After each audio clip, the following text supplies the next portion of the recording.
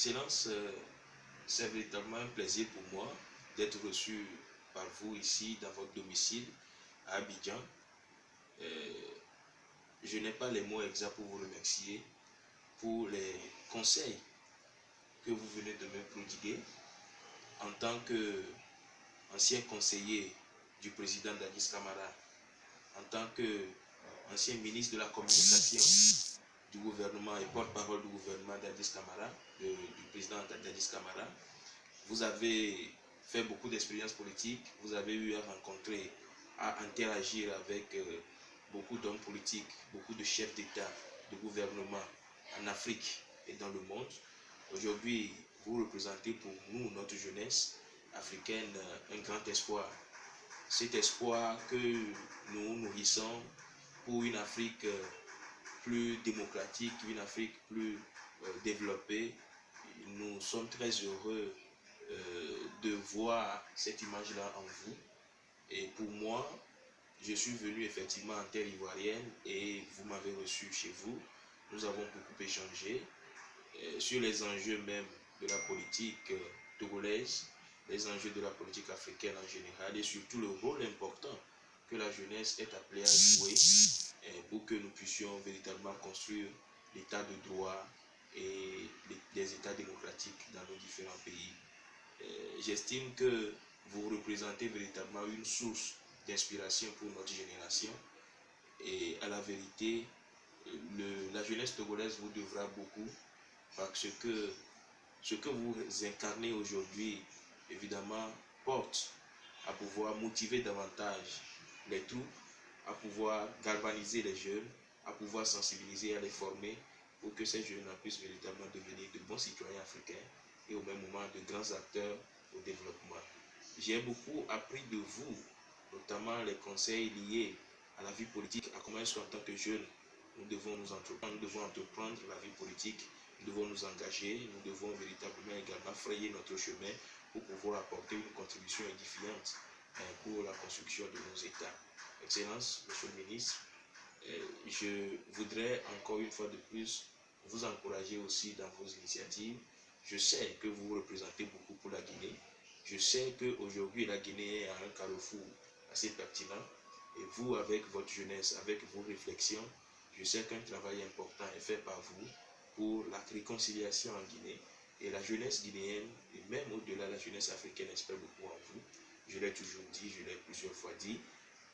Nous avons confiance en vous. Et au-delà de cela, c'est aussi pour moi l'opportunité de pouvoir encore solliciter votre disponibilité et accompagner cette jeunesse que nous représentons aussi pour que, à la vérité, nous puissions diriger nos pays vers des lendemains meilleurs où effectivement les jeunes pourront être capables d'apporter leur pierre à la construction de l'édifice national.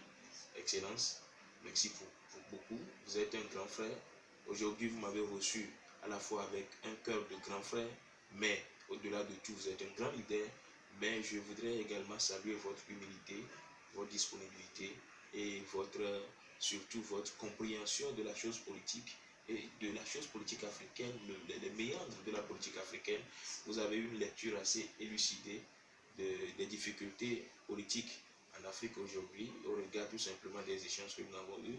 J'ai compris que vous êtes quand même quelqu'un qui fait une bonne lecture des enjeux politiques actuels et qui devront d'ailleurs engager l'Afrique sur la voie du développement. Excellence, merci beaucoup.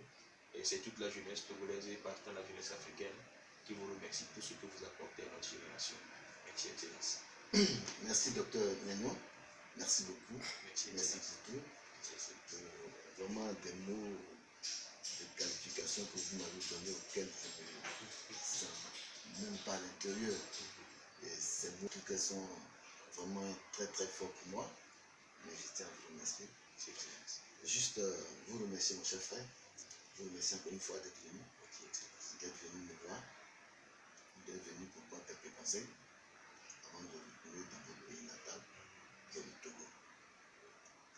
Le Togo, je l'ai connu au temps du président Eyadema, qui fut mon père. Vous voyez, vous voyez, je suis assis. Le président Yassine Eyadema, donc le président Yassine Eyadema, oui. le président Compaoré, le président Yassine Eyadema,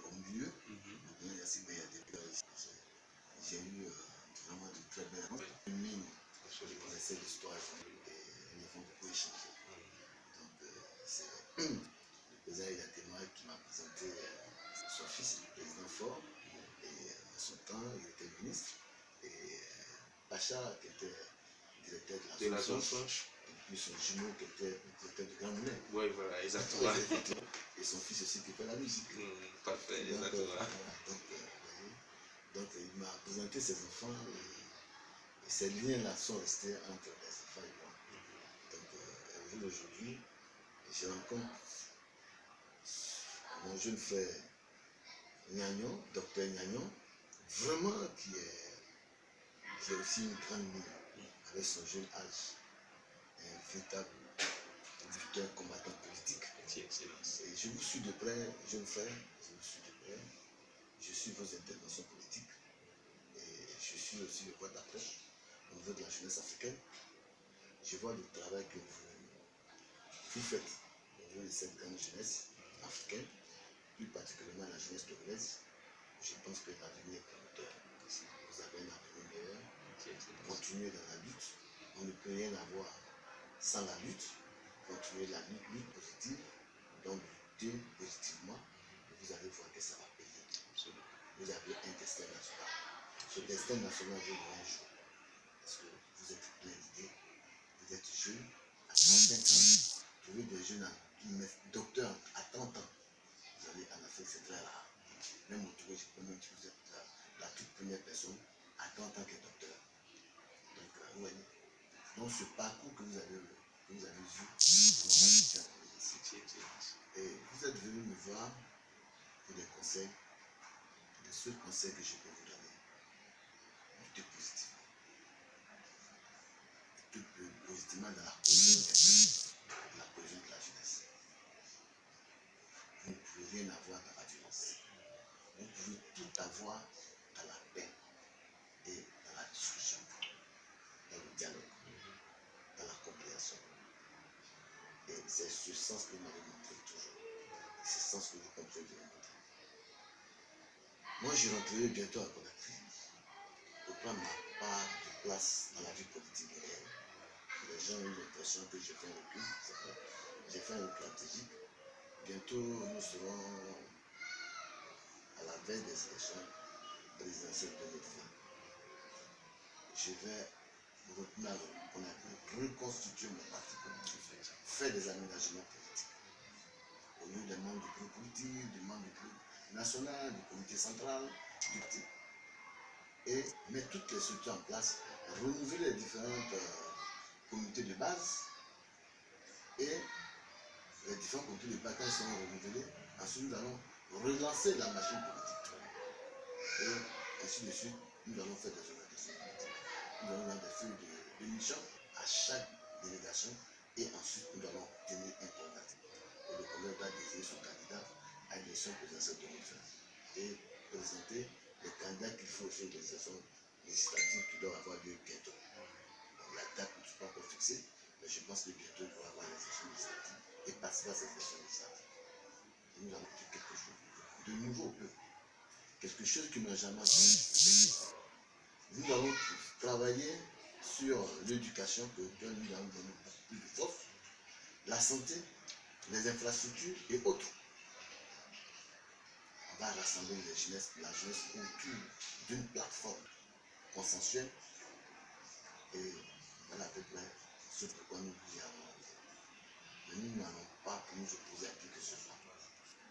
Nous y allons pour apporter ce que nous devons apporter, nous réorganiser sur le terrain. Voilà notre but. Donc, je pense aussi que tu feras la même chose et que tu rentreras au Togo avec tout ce qu'il faut, tout ce dont tu as besoin, que Dieu te l'accorde. Que Dieu te l'accorde. Ce sera aussi un plaisir de venir à Guinée pour pouvoir vous soutenir. Bien sûr, je vous apporterai. Bientôt, je ferai ma rentrée à Conakry. La date, déjà, je l'ai déjà fixée dans ma tête. Et je pense que les membres de mon bureau politique sont à pied en train de réorganiser tout, le siège et tout ce qui s'ensuit. Je crois que tout est fait prêt, et ainsi de suite. Maintenant, je ferai ma rentrée politique à Conakry. Donc, vraiment, et ça me fera plaisir de vous inviter à ma rentrée à Conakry. Avec plaisir. Et surtout à mon congrès, avec lui aussi bientôt. La jeunesse sera représentée. Parce que vous avez besoin effectivement d'être soutenu par cette jeunesse qui croit en vous. Merci beaucoup. Merci beaucoup.